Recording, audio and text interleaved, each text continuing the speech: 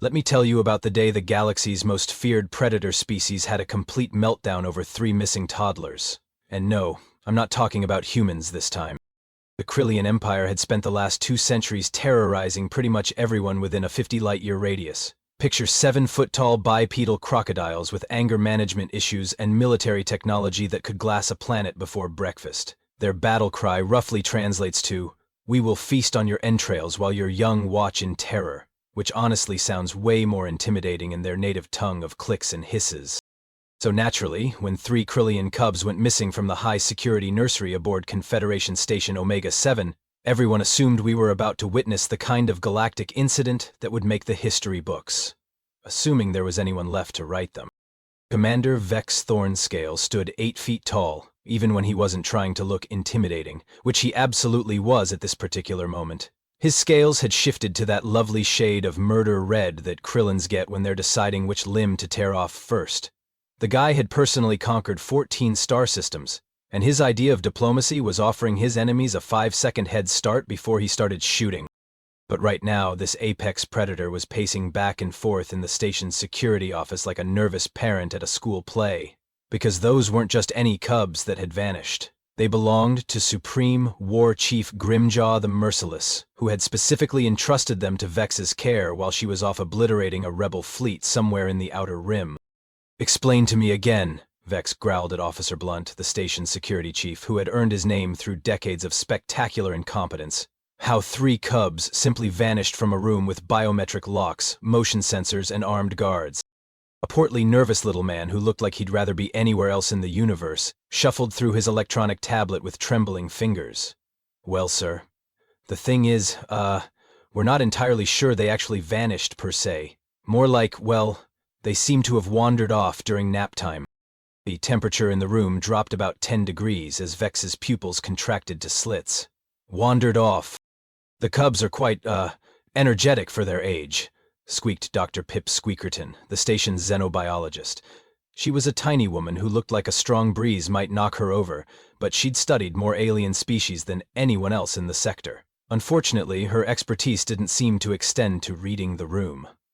At 18 months, Krillian young are naturally curious explorers.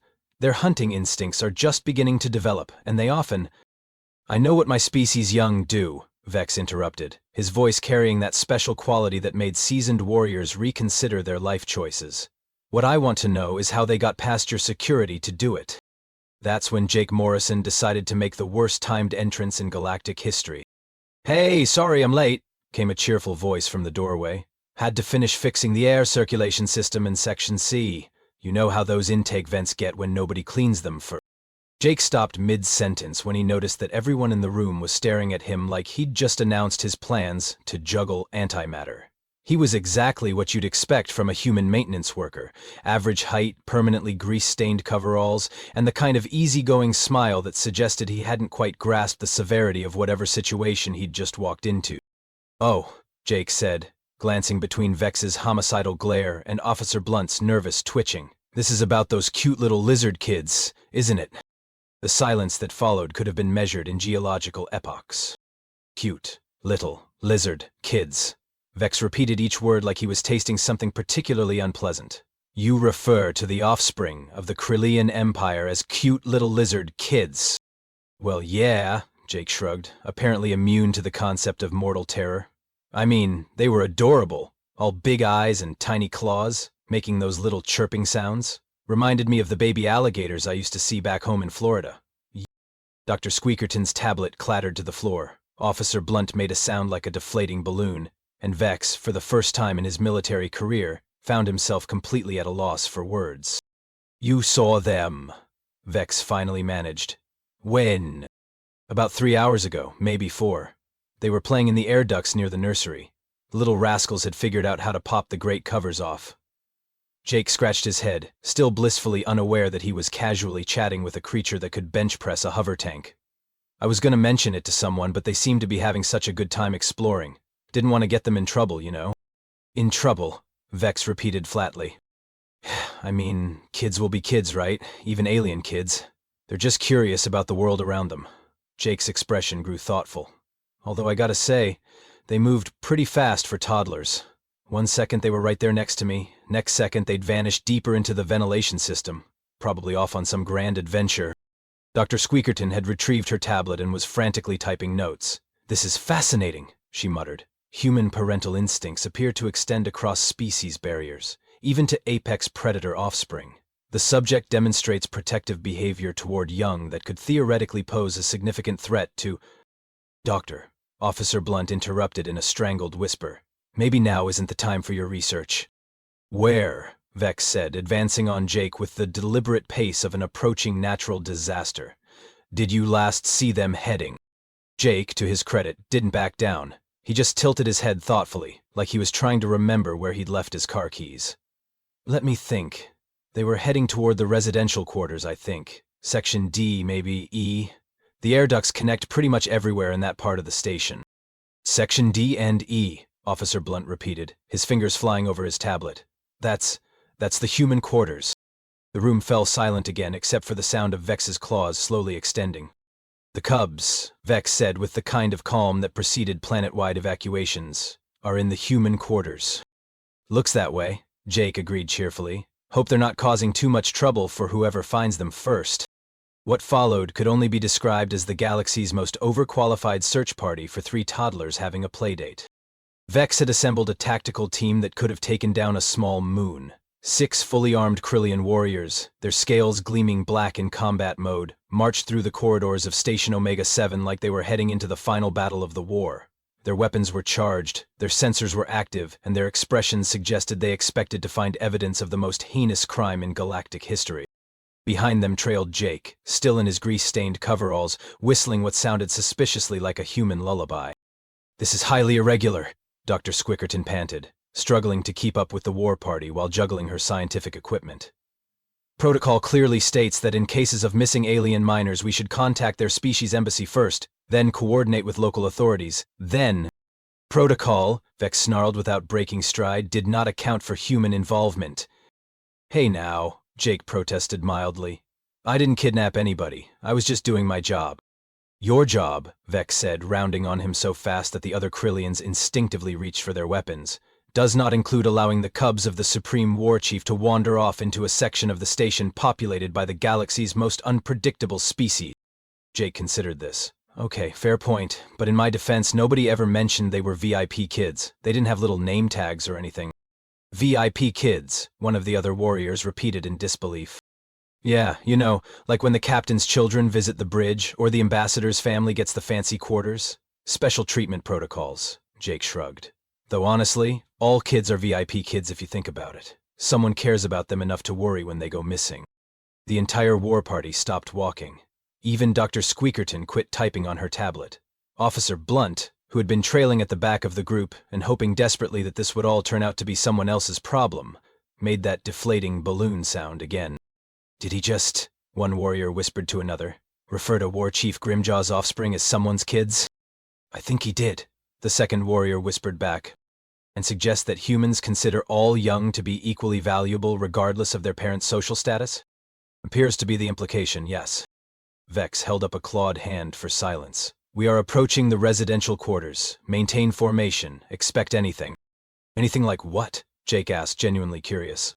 Dr. Squeakerton cleared her throat nervously. "Well, human behavior regarding the young of other species is somewhat unpredictable. Historical records show instances of everything from adoption to ritualistic—" "They're kids, not artifacts," Jake interrupted. "Worst case scenario, someone's probably trying to figure out what they eat and whether they need a diaper change." The war party exchanged glances. In their experience, worst case scenarios involved considerably more bloodshed and significantly fewer diaper changes. They reached the entrance to Residential Section D, where a helpful directory listed the current occupants. Vex scanned the names with the intensity of a general studying battle plans. "Morrison, Jake, quarters, D7. "That's me," Jake confirmed helpfully. "Your quarters are the closest to the ventilation access point," Vex observed. "Well, yeah, I requested them specifically. Easier to respond to maintenance calls if I'm centrally located," Jake paused. "Plus, the rent's cheaper because of the noise from the air recyclers, but that doesn't bother me much." Vex's eyes narrowed to slits. How convenient. Look, if you think I'm running some kind of alien cub-napping operation out of my studio apartment, you're going to be really disappointed by my criminal mastermind setup, Jake said. Unless you count a hot plate and a fold-out couch as sophisticated kidnapping equipment. But Vex was already moving, his tactical team flowing around him like a perfectly choreographed dance of death. They approached Jake's modest quarters with the same caution they'd use for storming an enemy stronghold. On my mark, Vex whispered, positioning himself beside the door. Expect resistance. Jake rolled his eyes and started to reach for his door control, but 3 different warriors immediately trained their weapons on him. I was just gonna unlock it for you, he said reasonably. It's my door. What happened next would be talked about in Krylean military academies for the next century, though the official reports would leave out most of the embarrassing details. Vex gave the signal. His tactical team moved with practiced precision. Shoulders tensed, weapons ready. Every sense focused on whatever horrors awaited them beyond that door. This was the moment they'd been training for their entire military careers, the confrontation with humanity's darkest nature, the rescue of innocent cubs from the clutches of an unpredictable apex predator species. The door slid open with a soft whisper. And there, sprawled across Jake's threadbare couch in what had to be the most anticlimactic discovery in galactic military history, was Jake himself. Fast asleep with 3 Krylean cubs using his chest as their personal sleeping platform. The silence that followed was so complete you could have heard a pin drop in the cargo bay 3 levels down. The cubs were purring, not the terrifying growl purr of adult Kryleans preparing for battle, but the soft, contented rumble that Krylean young made when they felt completely safe and utterly comfortable. Their tiny claws were kneaded gently into Jake's coveralls like miniature cats. Their scales had shifted to that peaceful blue-green color that meant deep, dreamless sleep. Jake's mouth was slightly open, one arm draped protectively around the smallest cub, the other resting on what appeared to be a makeshift blanket fort constructed from maintenance towels and spare uniform shirts. There was an empty bowl on the coffee table that smelled suspiciously like the fish sticks from the station cafeteria, and several small toys that looked like they'd been hastily fashioned from spare mechanical parts. Well, Officer Blunt whispered after approximately 17 years. That's not what I expected. Dr. Squeakerton's tablet fell out of her nerveless fingers and clattered to the floor, finally waking Jake, who blinked sleepily at the assembled war party crowding his doorway. Oh, hey guys, he mumbled, carefully not moving so as not to disturb his sleeping passengers. You found them. Good, he yawned. Sorry about the mess. They were pretty tired when they showed up and I didn't want to wake anyone to ask where they belonged. The largest of the cubs, who Vex now recognized as Spike, the most aggressive of the 3, stirred slightly and made a small chirping sound before burrowing deeper into Jake's armpit with a contented sigh. Vex stared. His elite warriors stared. Dr. Squeakerton stared while frantically trying to pick up her tablet without making noise. Officer Blunt stared and wondered if he was having some kind of stress-induced hallucination. Ewing showed up, Vex repeated slowly, like he was trying to translate an alien language. Yeah, about 2 hours ago. Came tumbling out of that air vent over there looking like they'd had quite an adventure.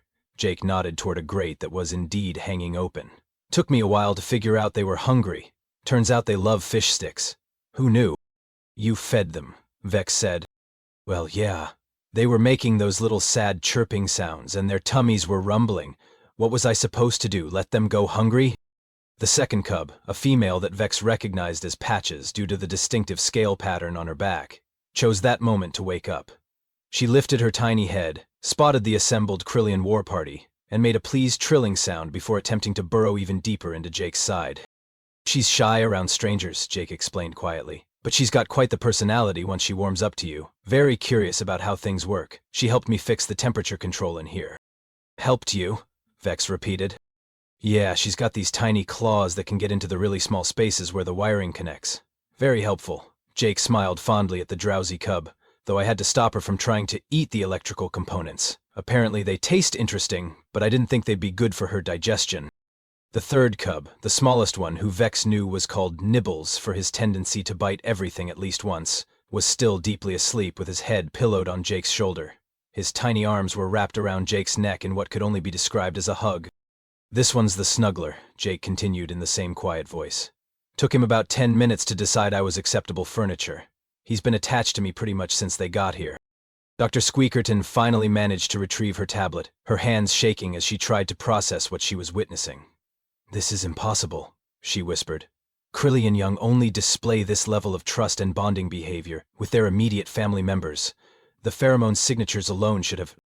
Maybe they just know I'm not gonna hurt them, Jake suggested reasonably. Kids are pretty good at reading people, even alien kids. Vex took a step forward, and all three cubs immediately lifted their heads to look at him. For a moment the apartment held its breath, waiting to see what would happen when the galaxy's most feared predator offspring came face to face with their guardian. Spike chirped happily and waved one tiny claw. Patches trilled and tried to hide behind Jake's arm. Nibbles made a sleepy questioning sound and looked back and forth between Jake and Vex, like he was trying to figure out if this new person was friend or foe. "It's okay, guys," Jake said softly, his hand gently stroking Patch's scales. "That's Commander Vex. He's been looking for you. I bet he was really worried."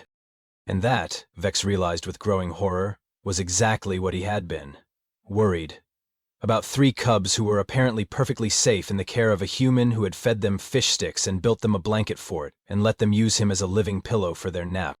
"You," Vex said carefully, "were not supposed to be this competent." Jake blinked. "Thanks, I think?" Dr. Squeakerton was having what could politely be called a complete academic meltdown. "Oh. This contradicts everything," she muttered, frantically scrolling through her research files while trying not to disturb the sleeping cubs. 17 years of xenobiological study, peer-reviewed papers, 3 doctoral dissertations on human behavioral patterns, and it's all wrong. All of it. She held up her tablet with a shaking hand, showing charts and graphs and complicated scientific diagrams that meant absolutely nothing to anyone else in the room. "Look at this data. Humans are supposed to be competitive pack hunters, territorial, aggressive toward the young of rival species. The testosterone levels alone should have triggered at least 12 different hostile responses." "Rival species?" Jake asked, looking genuinely puzzled. "Lady, they're babies. What am I gonna do, challenge them to a duel?" "But the evolutionary imperatives," Dr. Squeakerton wailed, completely ignoring Jake's question. "The resource competition, the biological imperative to eliminate potential threats to your own offspring." "I don't have any offspring," Jake pointed out reasonably. "And even if I did, I'm pretty sure 3 sleepy toddlers don't qualify as a threat to anything except maybe my couch cushions." Vex watched this exchange with growing fascination.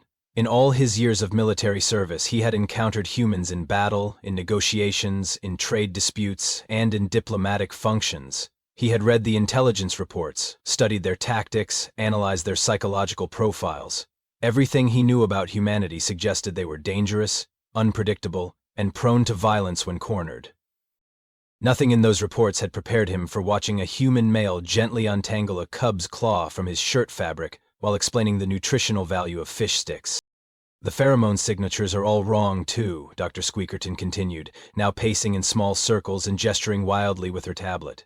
"Krillian cubs release specific chemical markers when they are distressed, and humans should be interpreting those as either prey scents or territorial challenges. Instead, your cortisol levels appear to have dropped. Your oxytocin production has increased, and your protective instincts have activated, as if these were your own young."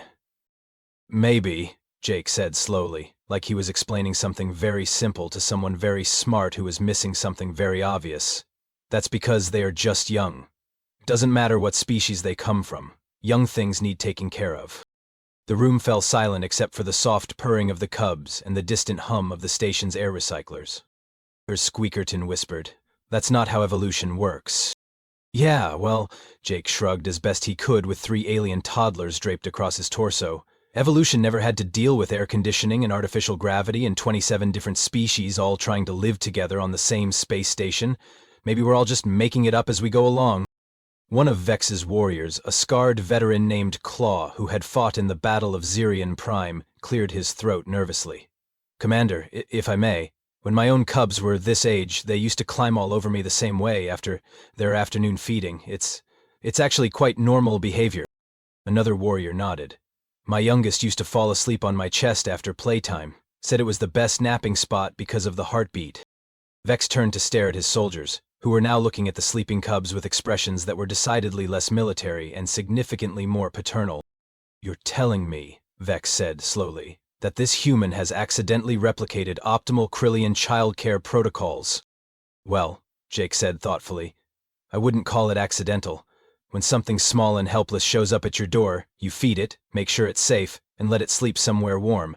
That's pretty much universal, isn't it? Dr. Squeakerton's tablet slipped from her nerveless fingers again. Universal, she repeated faintly. I mean, doesn't matter if it's a puppy, a kitten, a baby bird, or apparently a baby space lizard, Jake continued. The basics are the same: food, safety, comfort. Show them they're welcome, and they'll probably stick around until someone comes looking for them. Space lizard, Vex repeated, his voice carefully neutral. Sorry, is that offensive? I don't really know the proper terminology for your species. The cubs seemed okay with it when I was talking to them earlier, but maybe they're too young to care about political correctness. You were talking to them, Vex said. Well, yeah. Kids like it when you talk to them, even if they don't understand all the words. Helps them feel less scared in a new place.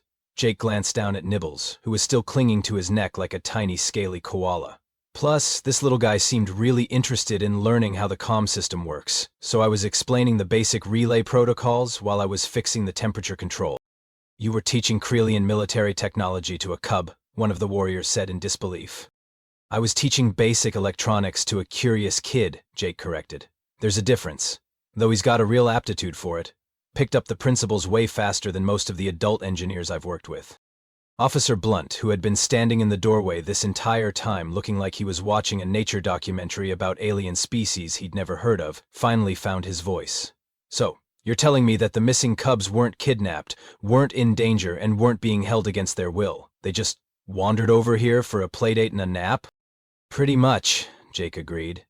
Though I think they were mostly looking for food. Growing cubs probably need a lot of calories. A playdate? Vex said, testing the human word like it might explode in his mouth. Yeah, you know. Kids hanging out, having fun, getting into harmless mischief.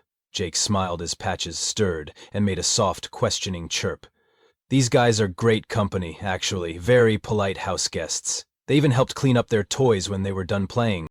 Vex looked around the small apartment and realized that Jake was right. Despite 3 energetic cubs spending several hours exploring the space, everything was remarkably neat and organized. The makeshift toys were stacked in a corner, the blanket fort was constructed with military precision, and the only real evidence of their presence was the lingering smell of fish sticks and the contented purring of 3 well-fed, well-rested cubs.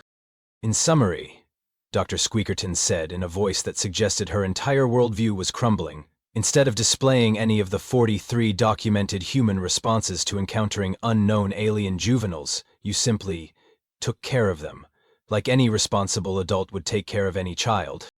Here's the problem, Winter, said. What else was I gonna do? 3 weeks later, Jake Morrison had officially become the most unlikely person in galactic history to receive a commendation from the Krelian Empire. Of course, nobody was calling it a commendation. The official paperwork described it as a recognition of adequate interspecies cooperation protocols, which Jake figured was probably the Krelian equivalent of a participation trophy. But it came with a pay raise and an official exemption from having his quarters inspected during routine security sweeps, so he wasn't complaining. What he was complaining about was the new lock on his door. I still don't understand why you installed this thing, Jake said, examining the heavy-duty biometric scanner that Vex had personally supervised the installation of 3 days earlier. It's got more security features than the armory. It's not to keep you in, Vex replied, watching with poorly concealed amusement as Jake struggled with the palm reader for the 3rd time that morning. It's to keep them out. As if summoned by the mention of their names, a familiar scratching sound echoed from the air vent above Jake's couch. 3 pairs of bright yellow eyes peered down through the grate, followed by a chorus of disappointed chirping when they realized their favorite human was still inside his apartment, but the door was locked. They've figured out 17 different routes through the ventilation system to reach your quarters, Vex continued, consulting a tablet that Officer Blunt had provided after conducting what he optimistically called a comprehensive security audit of the station's ductwork. Yesterday, they managed to activate the emergency fire suppression system, trying to access the shortcut through engineering. Jake sighed and finally got the door open. Come on down, guys, but wipe your claws first. I just cleaned the couch. 3 small bodies tumbled out of the vent with the practiced ease of tiny acrobats, immediately swarming Jake like he was the most interesting playground equipment in the galaxy. Spike had grown noticeably in the past 3 weeks and was now sporting the beginnings of proper combat scales, though he still insisted on using Jake's shoulder as his preferred observation post. Patches had developed an alarming fascination with electronics and was already eyeing Jake's maintenance toolkit with obvious intent. Nibbles remained the snuggler of the group, wrapping himself around Jake's leg like a scaly hug, while purring loud enough to be heard in the next room. "I thought War Chief Grimjaw was coming back soon," Jake said, gently detaching Nibbles so he could sit down without squashing anyone. "Shouldn't they be getting ready to go home?" Vex's expression shifted to what Jake had learned was the Krillian equivalent of embarrassment. "The War Chief has been delayed. Her campaign in the Outer Rim has been more successful than anticipated. She may not return for another month." "Ah," Jake nodded knowingly. "So you're stuck babysitting for longer than expected." "I am responsible for their welfare and education during her absence," Vex corrected stiffly. "Right, babysitting." Jake scratched behind Patch's ear spikes, earning a delighted trill. "How's that working out for you?" The truth was, it wasn't working out well at all. Despite being one of the most feared military commanders in the galaxy, Vex had discovered that his leadership skills did not translate effectively to managing 3 energetic cubs who had no respect for authority, military hierarchy, or the concept of scheduled nap time. His attempts to maintain discipline had resulted in Spike challenging him to what could only be described as a tiny roaring contest every morning, Patches systematically dismantling everything electronic in their quarters to see how it worked, and Nibbles developing separation anxiety whenever Vex left their line of sight for more than 5 minutes. It had been Officer Blunt, of all people, who had finally suggested that maybe the cubs kept escaping to visit Jake because Jake's quarters were more fun than the sterile military housing they'd been assigned. "Lieutenant, I hate to disappoint you, but the Baglin theory does not seem up to his squeaker-bigger task. Dr. Squeakerton believes it may be related to imprinting behavior, though her current theories about human-Krillian psychological compatibility are still evolving."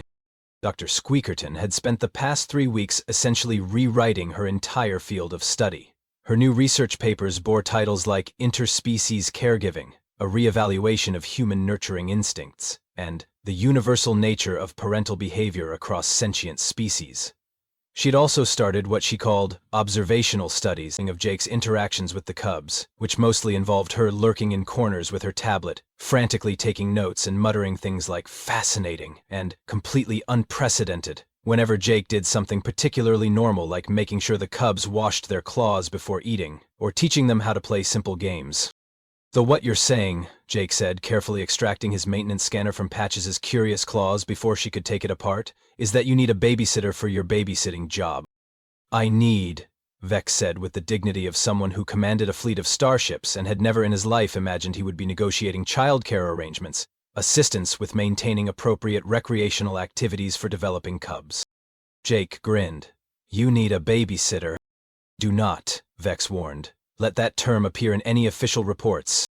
"Wouldn't dream of it." Jake looked down at the 3 cubs who had arranged themselves around his living room like they owned the place. Spike was investigating the contents of a toolbox, Patches was attempting to redesign Jake's coffee maker, and Nibbles was constructing what appeared to be a nest out of maintenance towels. Though I have to say, they're probably learning more practical skills here than they would in whatever formal education program you guys have set up. This was, unfortunately, absolutely true. In the past 3 weeks, the cubs had learned basic electronics repair, elementary mechanical engineering, introductory plumbing, and what Jake called essential life skills, like cooking simple meals, cleaning up after themselves, and the proper way to apologize when you accidentally broke something important. They had also mastered 17 different human games, learned to recognize 12 different types of music, and developed an inexplicable fondness for ancient Earth cartoons that Jake had downloaded from the station's entertainment database. "There may," Vex said carefully, "be some value in allowing them to continue their current educational program." "You mean letting them hang out here while you do whatever scary military stuff you do during the day," Jake translated. "I mean providing them with access to alternative learning opportunities that may prove beneficial to their development," Vex corrected. "Right." "Babysitting." Jake stood up, gently relocating Nibbles to the couch.